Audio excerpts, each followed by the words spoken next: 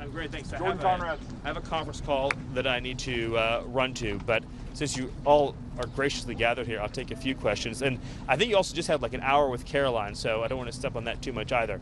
Mr. Miller, hold on, there's a question back there first. Gateway Pundit, I have two quick questions. First, President Trump has talked about potentially suspending habeas corpus to take care of the illegal immigration problem. When could we see that happen, do you think? Well, the Constitution is clear, and that, of course, is the supreme law of the land, that the privilege of the writ of habeas corpus can be suspended in a time of invasion. So I would say that's an option we're actively looking at. Look, a lot of it depends on whether the courts do the right thing or not. At the end of the day, Congress passed a body of law known as the Immigration and Nationality Act, which stripped Article 3 courts, that's the judicial branch, of jurisdiction over immigration cases. So Congress actually passed, it's called jurisdiction stripping legislation. It passed a number of laws that say that the Article 3 courts aren't even allowed to be involved in immigration cases. Many of you probably don't know this. I'll give you a good example.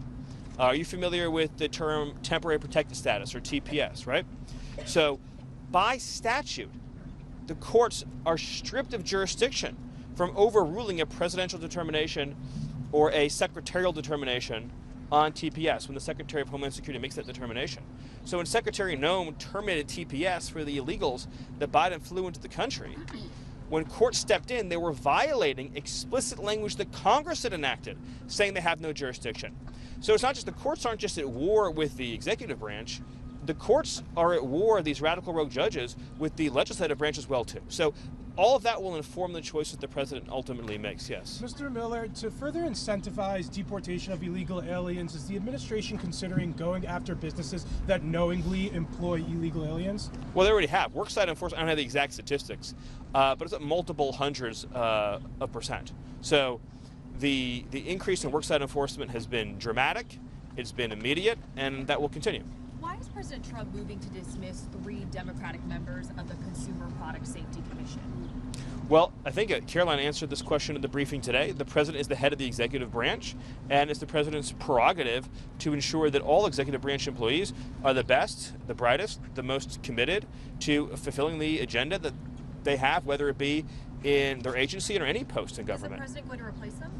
Well, again, we'll take a look at the situation, but the important thing is, I'll take a look at the specifics that you're talking about here, but the important thing to understand is that we don't just let people stay in their jobs just because they were always there, right? We have to examine the performance of specific employees, whether they're doing the best that they can do.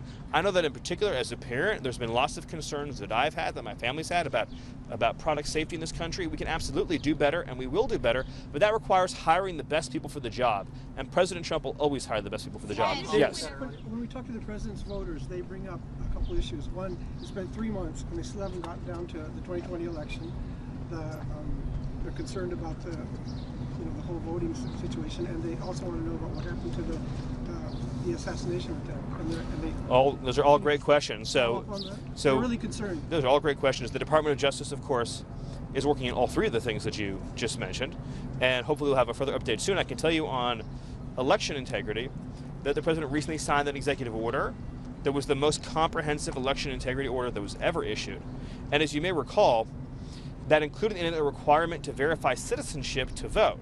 Another example where a district court judge lawlessly intervened, enjoined that requirement. Now think about this. Congress passed a law, making it a crime, a felony, for non-citizens to vote. And yet a judge has enjoined the executive branch from enforcing and upholding that statutory requirement. So the courts, the radical rogue judges, they don't care what Congress said, they don't care about what the Constitution says, they're just imposing their own Marxist agenda on the whole country. And that's obviously... They want to follow up on January 6th. Yeah, so I mean, the Department of Justice is investigating all of the issues that you mentioned. I wish I had a fuller update for you now, but I can assure you that our Attorney General, our Deputy Attorney General, our FBI Director, now Ed Martin, at the Weaponization Working Group will all be, and of course we put up a new DC Attorney, will all be diligently working on ensuring accountability and justice. Yes, back there? Question. Tom Homan used some colorful language earlier this year to describe how he would be demanding accountability from New York City Mayor Eric Adams if he didn't cooperate with ICE. Is Eric Adams holding up his end of the bargain thus far? All I would say to that is this administration is going to pursue immigration enforcement and cooperation in every city. And anyone who doesn't comply with the laws and dictates of this country will face the appropriate legal consequences. That applies to Eric Adams, and that applies to every other mayor in this country. The law is the law is the law.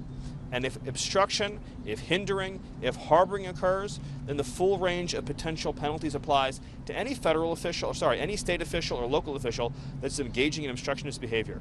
But I would also say that when it comes to immigration enforcement, now that we have achieved the mission of sealing the border, you're going to see more and more resources and priorities put into the mass deportation program.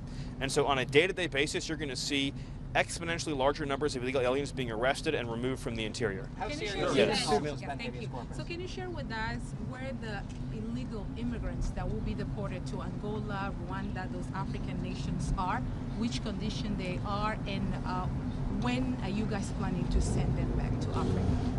Well, we get illegal aliens, or we did get illegal aliens during the Biden administration from 150 countries. So ICE sends planes to every country in the world. We send planes to Iraq, we send planes to Yemen, we send planes to Haiti, we send planes to Angola. I mean, ICE is sending planes all over the world all the time.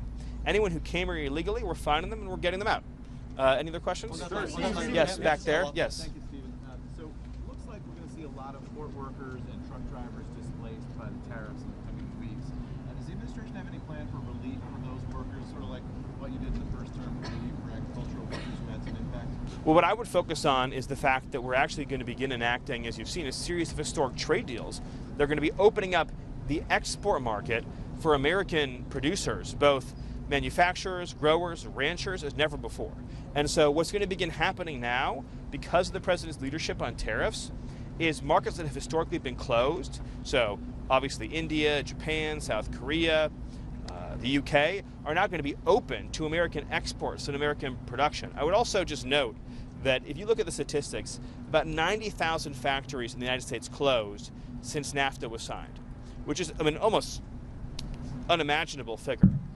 The media never cared about those workers and their factories who were destroyed. And we can all visit the towns now, and we know, of course, the heartbreaking stories, the fentanyl addiction, the breakup of traditional families, the disintegration of whole communities.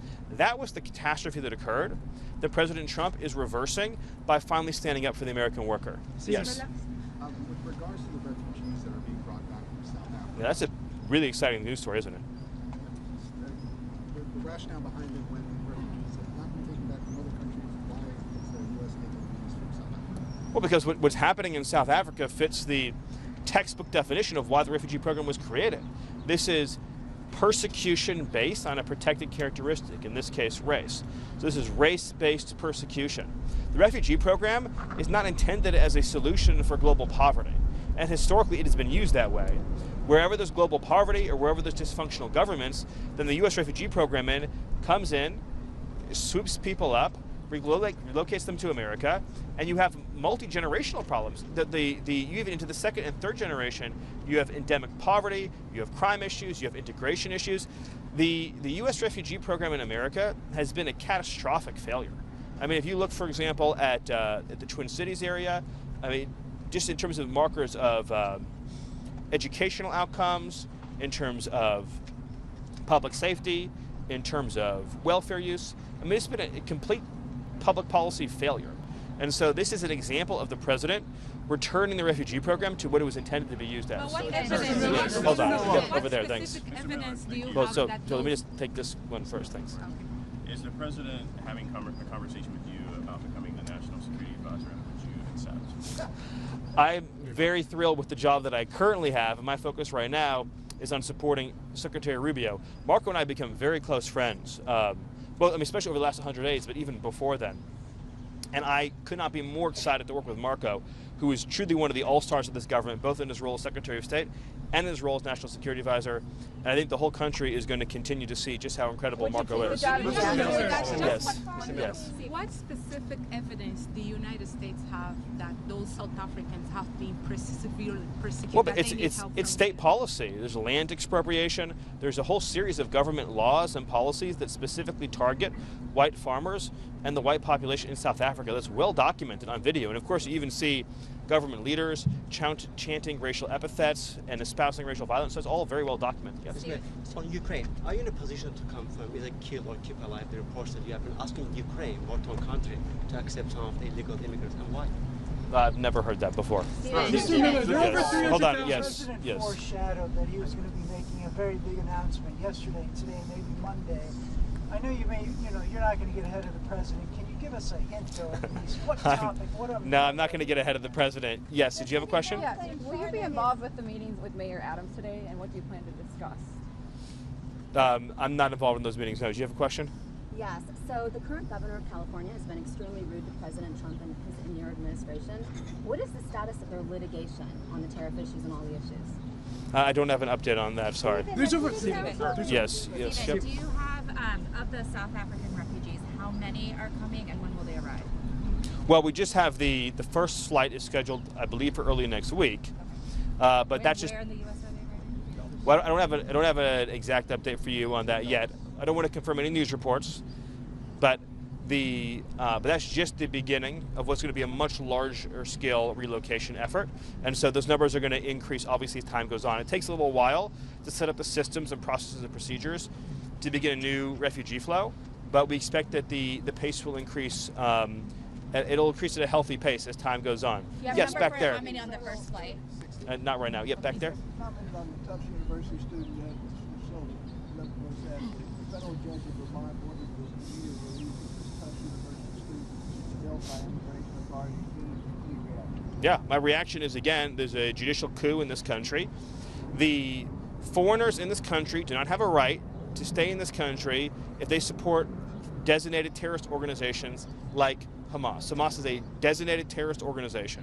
The Secretary of State has the absolute authority under statute, which again is not judicially reviewable, to revoke an immigration benefit or visa and then to pursue a deportation of the Department of Homeland Security. We cannot individually litigate in court every single visa that we want to revoke. This is a plenary authority of the executive branch. And I would just say that, look, what this really comes down to is this. The American people voted for President Trump in large part to seal the border, deport the illegals, fix our immigration system so it serves America's interests, and remove the people from this country that we don't want here because they threaten our national security, our public safety, or our economic security. That is what he was elected to do. It's what the Constitution empowers him to do. And this judicial coup by a handful of Marxist judges to frustrate that effort can only be understood as an attack on democracy. Thank you. Thank you, Mr. Miller.